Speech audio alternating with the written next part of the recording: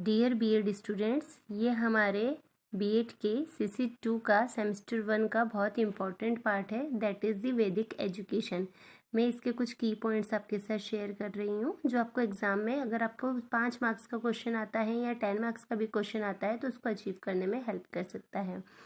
देखिए, वैदिक एजुकेशन क्या होता है, हम उसको थोड़ा सा ब्रीफ में देखेंगे। आप इसको फिर चाहे तो एलोबरेट करके भी लिख सकते हैं। वैदिक एजुकेशन में मतलब according to Vedas meaning of education क्या था? टू अटेन नॉलेज और लर्निंग।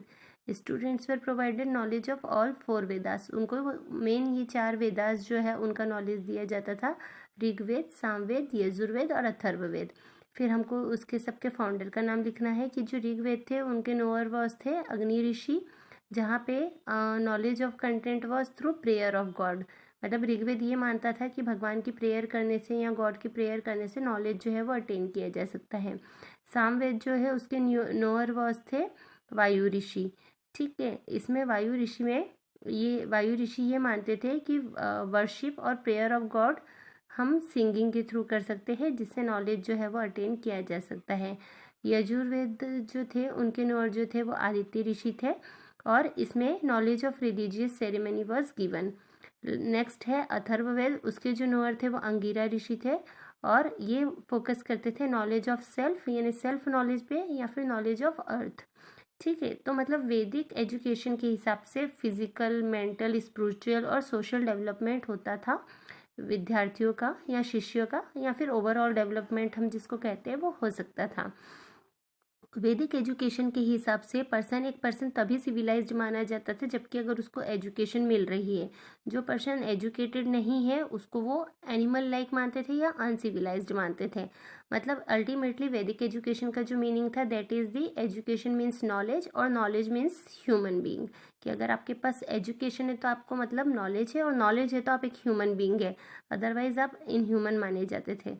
और इसी के थ्रू, एजुकेशन के थ्रू ही ऐसा माना जाता था कि एक विद्यार्थी जो है वो अपने गुरु के प्रति अपना ऋण जो है, अपना जो डेप्थ है उसको चुका सकता है। अब कुछ इंपॉर्टेंट फीचर्स है वैदिक एजुकेशन की जो आप की पॉइंट्स वाइज, बस मैंने इसका शॉर्ट में सम पॉइंट्स लिखे हैं, इसको आप इलोबरेट कर सकते हैं कि ये मेन वैदिक एजुकेशन की क्या फीचर्स थे और ये किस पे फोकस करती है। सबसे पहले एंशियंट इंडिया में वैदिक एजुकेशन के टाइम फ्री एजुकेशन थी। तो एंशियंट इंडिया में फ्री एजुकेशन थी जो ब्राह्मण के द्वारा प्रोवाइड की जाती थी, और ब्राह्मण जो थे वो एजुकेशन के लिए अपनी लाइफ जो है उसको सेक्रीफाइस तक करने के लिए रेडी रहते थे। वो ऐसा मानते थे किसी को एजुकेशन प्रोवाइड करना मतलब that is the Holi cause of their living, उनके जीने का जो मुख्य कारण होता था। सोसाइटी रियलाइज़ करती थी कि विद्या दान जो है वो बेस्ट गिफ्ट होता है, और यहाँ तक कि इसके रिटर्न में पीपल्स लोग मतलब जो गुरुज रहते थे उनको लैंड्स तक डोनेट कर देते थे। ये एक अच्छी खासी रिलीजियस सेरेमनी होती थी जो टीचर्स और स्टूडेंट्स के लिए की जाती थी, जहाँ पे ये लोग डोनेशंस वगैरह भी एजुकेशन के लिए प्रोवाइड करते थे। फिर सेकंड फीचर है कि इस पे स्टेट का कोई कंट्रोल्स नहीं होता था, कंट्रोल जो होता था सिर्फ गुरुज का होता था। फिर नेक्स्ट हम देखेंगे कि जो इसका नेक्स्ट इम्पॉर्टेंट फीचर है, इसमें टीचर का जो स्टेटस होता था वो बहुत हायर माना जाता था। किंग्स जो थे वो भी टीचर्स की रिस्पेक्ट करते थे, जैसे कि आप एग्जांपल में लिख सकते हैं कि जैसे गुरु वशिष्ठ थे, गुरु विश्वामित्र थे, नारद मुनि थे। नेक्स्ट है इसका फीचर कि वैदिक एजुकेशन जो है वो फीमेल एजुकेशन जो है उस पर भी फोकस करती थी। उपनयना सेरेमनी के थ्रू जो फीमेल्स रहती थी वो अपने प्यूपिल ब्रदर के साथ एजुकेशन जो है उसको अचीव कर सकती थी।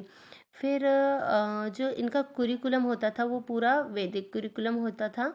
और क्षत्रिय लोग जो रहते थे उनको भी जो वैदिक इरा में एजुकेशन दी जाती थी वो आर्ट ऑफ वारफेयर सिखाई जाती थी। अगर वैष्णव होते थे तो उन्हें एग्रीकल्चर और आर्ट और क्राफ्ट इससे रिलेटेड एजुकेशन प्रोवाइड की जाती थी, और जो ब्राह्मण्स होते थे उनको वेदों की एजुकेशन प्रोवाइड की जाती थी। जो मुख्य लैंग्वेज होती थी इसकी वैदिक एजुकेशन के टाइम पे वो संस्कृत होती थी, और ये फोकस करती थी वोकेशनल लर्निंग पे ताकि वो फ्यूचर में अपने नीड्स जो है उसको फुलफिल कर सके। और इस वैदिक एजुकेशन के टाइम पे टीचर जो थे वो टीचर कंसीडर किए जाते थे एज पेरेंट्स। फिर रेसिडेंशियल स्कूल होते थे, मतलब कि वहीं पे शिष्य जो है उनको लॉन्ग टाइम के लिए रहना होता था गुरु के संपर्क में, और वो उनको डेली बेसिस पे कुछ ना कुछ टीचिंग्स देते थे। इंडिविजुअल लर्निंग होती थी, हर स्टूडेंट पे फोकस किया जाता था।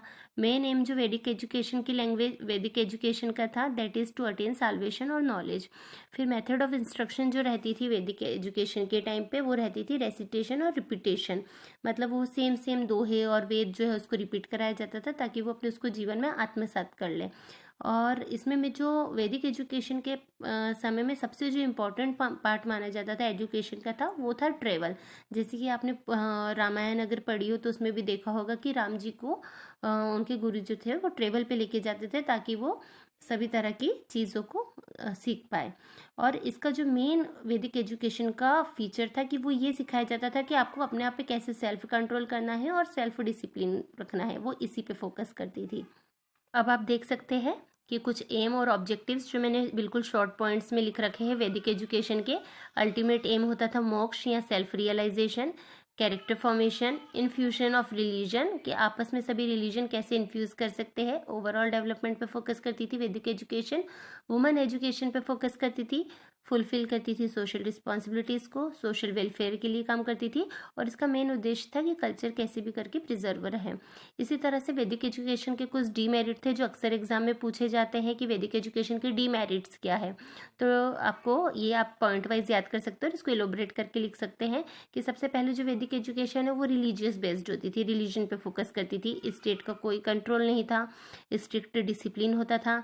निग्लिजेंस ऑफ शूद्र पीपल को या लोअर कास्ट को ये बिल्कुल प्रमोट नहीं करती थी, क्लास डोमिनेटेड थी। वर्नाक्युलर लैंग्वेज का इसमें कोई इन्वॉल्वमेंट नहीं था, मातृभाषा का।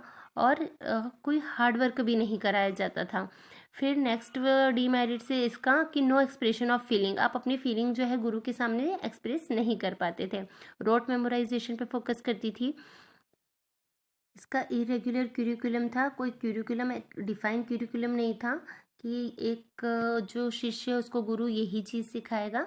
ये गुरु के ऊपर बेस्ड होता था कि वो अपने शिष्यों को कैसी टीचिंग्स देना चाहते वैदिक एजुकेशन के टाइम पे।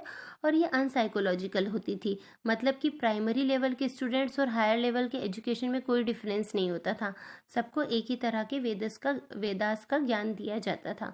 तो ये हो गया हमारा एक इम्पॉर्टेंट टॉपिक वैदिक एजुकेशन। ये आप पॉइंट वाइज कैसे लिखना है इस सेक्शन के थ्रू समझ सकते हैं। Thank you.